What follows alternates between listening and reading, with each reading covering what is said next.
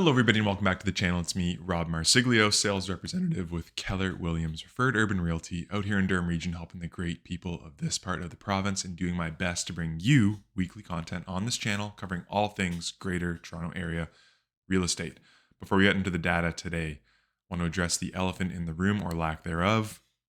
The bed is gone behind me, as you can see. We're going to be adding some more things to this space, making it the true office/studio space that you, the viewer, deserve. Okay, this week's video, we're going to touch on sales numbers. As you can see from the thumbnail, 2023 was a slow year in GTA real estate. We're going to look at just how slow it actually was. And to get an appreciation for how slow it was, let's look at TREB's posted system sales and average prices going all the way back to 1977. We're looking kind of in this range right here though, 2001. This is probably about where we'll end up. We're not going to quite hit this number in my opinion. After November, we had just over 62,000 sales reported. So it's about 5,015 sales to hit the numbers that we saw in 2001. And for a little context, we've only hit that number 4 times in December going back to 2008. So again, we know we're going to end up somewhere between 2000 and 2001 levels. But what does that mean on a per capita basis? Like, this population has been growing in that time. To give us a couple fun little projection numbers, this is something I've pulled. It's reported GTA home sales on the Toronto MLS through the first 13 days in December as a percentage of the total sales reported in December on the Toronto MLS. I've done this going back all the way to 2008. So you can see we bounce anywhere between about 46% to 61%-ish of sales that were reported by the 13th of December for that entire month. And the median that kind of spits out is 52.6%. So through 13 days, in December, you'd expect just a little more than half of the sales to have already occurred in that month. Let's run through our scenarios now. So scenario 1 is called 2001. That's assuming we get back to 2001 sales levels.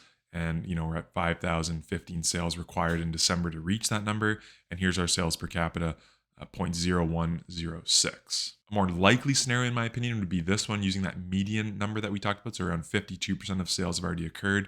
That means that December we'd end up with about 3,300 sales, and we'd be just shy of 66,000 for the year. And you can see that sales per capita has come down as a result. Again, this is all because back in 2001, we had about 4.7 million people in the GTA. Now we're getting closer to 6.4 million people. Our next scenario is going to use what is, in my opinion, the high estimation for December sales. That'd be just shy of 3,700 in December, giving us just over 66,000. But again, our sales per capita clearly still lags our 2001 scenario. And lastly, on the low end, something I think this is a little more likely than the high end, because you never know how quiet things are going to get over those last couple of weeks. It will get pretty quiet, but 2,800 sales I feel like is a little bit low. That leave us just over 65,000 sales and our lowest sales per capita. And I know everybody on this channel is super concerned about the well-being of real estate professionals. So I put these numbers together for you as well. In 2001, when we were running that first scenario, we had 18,000 agents for those 67,612 sales for the year. Through these scenarios, we have closer to 75,000 agents. So just think on a per agent basis, how much that sales number has gone down as well. Before it was roughly, call it 4 sales per agent. Now there's not even 1. Now that we've got our new sales per capita, let's take a look at where it ranks historically. And this is going to go all the way back to 1977. Little caveat here, the borders of TREB and the areas that TREB covers have changed in that time. Market watch data didn't start coming out until 1996, and the kind of regions as we know them weren't solidified till even a little later than that. So take these numbers with a grain of salt, but it's still going to be pretty shocking to see where 2023 ranks, in my opinion. So per capita, assuming we hit that number in 2001, that's 67,612 sales for the year, we're ranking 15th lowest out of every year going back to 1977. You can see some of the other numbers that we're surrounded by where the last time we had a big market correction, like 1990 was the slowest. You're getting 91, 92, 1989. 1995 would be the kind of most recent time that sales per capita were lower than it is in 2023. Assuming we use one of those other more likely scenarios, it's actually going to be somewhere around the 12th or 13th slowest year in recorded Toronto Regional Real Estate Board history. Here's what that looks like on a line graph with kind of the 10-year moving average. So you can see 2001 on absolute sales totals for the year. That's the last time that we were this low. Here's our projection using the median of just shy of 66,000 sales.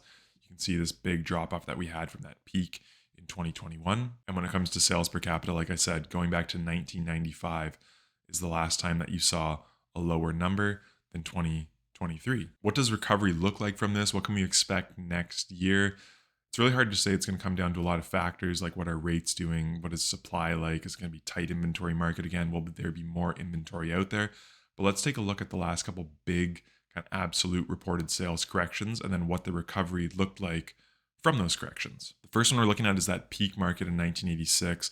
It took until 1990 for sales to bottom out. And there was about a 50% drop in reported sales. Recovery after 2 years was up 55.7%, but you can see not quite back to the levels that we saw in 1986. Then, like I said, borders reshuffled, reported sales, might have been thrown out of whack a bit. So let's do like a pre and post 1996 and kind of forget about this big jump that we saw going to 1996. The next big correction that we saw would have been from your 2007 market, dropping 20.1% in just a year. What did 2-year recovery look like? It went up 15.2%. Again, not recovering fully to the levels that we saw in 2007, and then kind of leveling out for a bit until things ramped up to another peak in 2016. And from 2016, it took 2 years for, again, sales to bottom out. In 2018, that was about a 31% drop in sales activity. And then after 2 years, we recovered 22% of that. Again, that brings us to 2020, and we know what happened here. Fueled by extremely cheap debt, we saw a massive run up in sales. But now, from 2021 to where we're at projected to be today, it'll be about a 46% drop in reported sales. Now, do we get this quick recovery again? Like I said, it all depends on some factors, mostly rates, mostly affordability, because the affordability situation now is kind of as bad as it has been throughout the history of this graph. Here it is reported by the Bank of Canada, the source at the bottom of the page, but it's our new housing price index and housing affordability index. So focus on the yellow bars. You can see that in 2023 currently, it's just over 8%.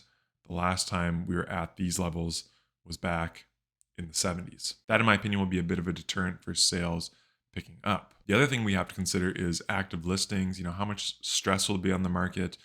Kind of what is the spread between what we historically see and what we're going to see now? And that may give us an indication of how many really truly motivated sellers there are that are willing to take a bit of a discount, that need to offload those properties.